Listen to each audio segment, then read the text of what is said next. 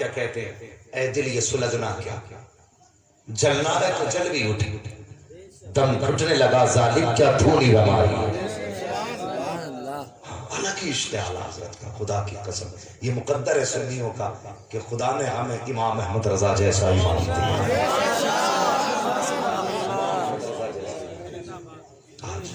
کچھ لوگ اعلی حضرت کے بارے میں بھونک رہے ہیں، شرم یہاں تکلیف ہوتی ہے، تکلیف ہوتی ہے۔ حضور نے اس امت کو نا یوں سمجھے تنکا کر کے جوڑا تھا، تنکا کر کے اس امت کو جوڑا تھا۔ یہ آشیانہ جو بنا تھا نا بڑی محنت سے بنا تھا۔ کبھی طائف میں پتھر کھائے گئے، کبھی احد میں پتھر کھائے گئے، کبھی اپنے چچا کا ٹکڑا ہوا کلیجہ دیکھا حضور نے، ہاں کبھی اپنوں کو آدھے کفن میں دفنایا حضور نے، تب جا کے یہ امت تیار ہوئی۔ آج اس امت کو کچھ پیروں نے برباد کر دیا، کچھ پیروں نے برباد کر دیا۔ اور میرے حضور کے چاہے جان مصطفیٰ سے پیار کرنے والے، اگر کوئی ایسا پیر ملے نا جو بھائی کو بھائی سے لڑائے، ایک پیر سے دوسرے پیر کو لڑائے، لات مار دینا، کہہ دینا ہمیں تیرے جیسے پیر کی ضرورت نہیں، غوث اعظم کا سلسلہ کافی ہے۔ میں کسی کی طرفداری نہیں کرتا، اللہ کا شکر ہے میں نے 7 سال اپنے مرشد تاج الشریعہ کی جوتیاں اٹھائی ہیں۔ میں محتاج نہیں کسی کا، میرے مرشد نے مجھے اتنا دیا ہے کہ میں اگر گھر میں بیٹھا رہوں تو میری ساتھ پشتوں کے گزارے ہو جائے، مگر بات سچی ہے، درد ہوتا ہے جب کوئی امت کو لڑاتا ہے۔ کتنے پیر ایسے کہتے ہیں جب میرا مرید ہو گیا تو ان سے نہیں ملے۔ مجھے ایک بات بتائیے، پیر ہم کیوں بناتے ہیں؟ اس لیے تاکہ ہمارا سلسلہ حضور تک پہنچ جائے۔ مقصد کیا ہے؟ حضور تک رسائی، یہی تو مقصد ہے۔ اصل کیا ہوئی؟ حضور کی ذات۔ کس کی؟ بولے کس کی؟ حضور کی ذات ہوئی اصل۔ جب اصل حضور کی ذات ہے تو ہم نے اصل پیر کیوں بنا لیے؟ بتاؤ نا، ہمیں حضور کی جو چاہت ہے اس کی پرواہ نہیں رہ گئی؟ گھر میں بیٹھے بیٹھے ایک دوسرے پہ کفر کے فتوے لگانے لگے، کوئی اسے دیکھنے تیار نہیں، کوئی اسے دیکھنے تیار نہیں، کہنے کو سب سننی، سب کلمہ پڑھنے والے۔ تکلیف ہوتی ہے، فلاں سلسلے والوں نے اس کا پوسٹر پھاڑ دیا، فلاں سلسلے والوں نے اس کا پھاڑ دیا پوسٹر۔ وہ بھائی یہ سلسلے نہریں ہیں اور یہ ساری نہریں جا کر کے بغداد والے سمندر میں گرا کرتی ہیں۔ ہاں تو پھر امت کو لڑا کیوں رہے ہو؟ اس امت کو ایک پلیٹ فارم پہ لا کے کھڑا کرو اور سب کو حضور کے دامن سے جوڑو۔ یہ جھگڑے لے کے ڈوب گئے، کچھ جگہوں پہ بھی جلسے تھے تو جانتے ہو مسلمانوں نے آپتی لگائی کہ یہ جلسہ بند ہونا چاہیے۔ ایسوں نے آ کے کہا ہمیں کوئی اعتراض نہیں تمہارے جلسے سے، لیکن اب چونکہ آپ کے جلسے کے خلاف اپلیکیشن ہے اس لیے جلسہ نہیں ہو سکتا۔ پوچھا کس نے لگایا؟ کہا تمہارے ہی کلمہ پڑھنے والوں نے لگایا۔ یہ دن دیکھ رہے تھے امت کو، اور پھر یہ کہے تو حضور کے ہاتھ سے حوض کوثر کے جام پیئیں گے، ڈوب کے مر جا۔ جام تو کیا تجھے مصطفیٰ کے چہرے کی جھلک تک نہیں دکھائی۔ کس جگہ پہ چلنے لگے؟ ہمیں امت کو حضور سے جوڑنا تھا، حضور سے جوڑنا تھا۔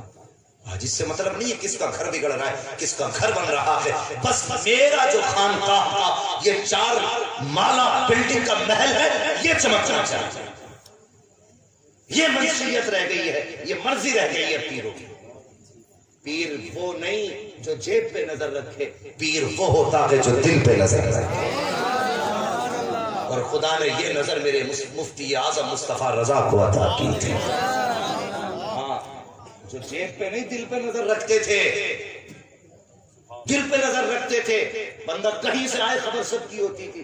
خود میرے والد کہتے ہیں میں بڑا ضدی آدمی تھا اور بڑے سخت شریعت کے معاملے میں میرے والد کہنے لگے، میں نے کہا میں مرید تب ہوں گا جب کوئی لائق پیر ملے گا۔ تو ہمارے والد صاحب کے ایک دوست تھے، انہوں نے کہا چلو بریلی مال حضرت کے بیٹے ان سے مرید ہو جائیں۔ تو میرے والد صاحب کہنے لگے ان کا بھی سنا وہ ہاتھ میں ہاتھ لے کے مرید نہیں کرتے۔ مطلب یہ کہہ دیا ان کا بھی سنا وہ ہاتھ میں ہاتھ لے کے مرید نہیں کرتے۔ تو وہ کہنے لگے یار چلو تو قاری صاحب ہاتھ میں ہاتھ لے کے مرید کریں تو ہو جانا، ورنہ چلے آنا، کوئی باندھ کے تھوڑی ڈال لیں گے۔ یہ سوچ کے چلے آئے۔ میرے والد کہتے ہیں میں نیچے مہمان خانے میں بیٹھا تھا، حضرت اوپر اپنے بستر پہ لیٹے تھے۔ فرمانے میرے والد فرماتے ہیں کہ اوپر سے خادم آیا اور آ کے کہنے لگا کہ مراد آباد سے کون قاری صاحب آئے ہیں؟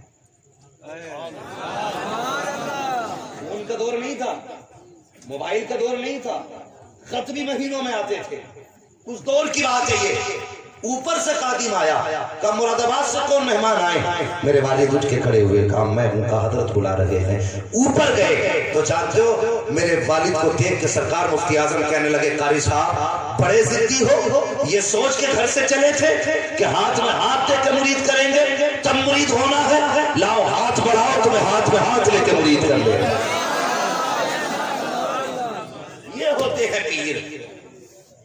آج کا معاملہ کیا ہے؟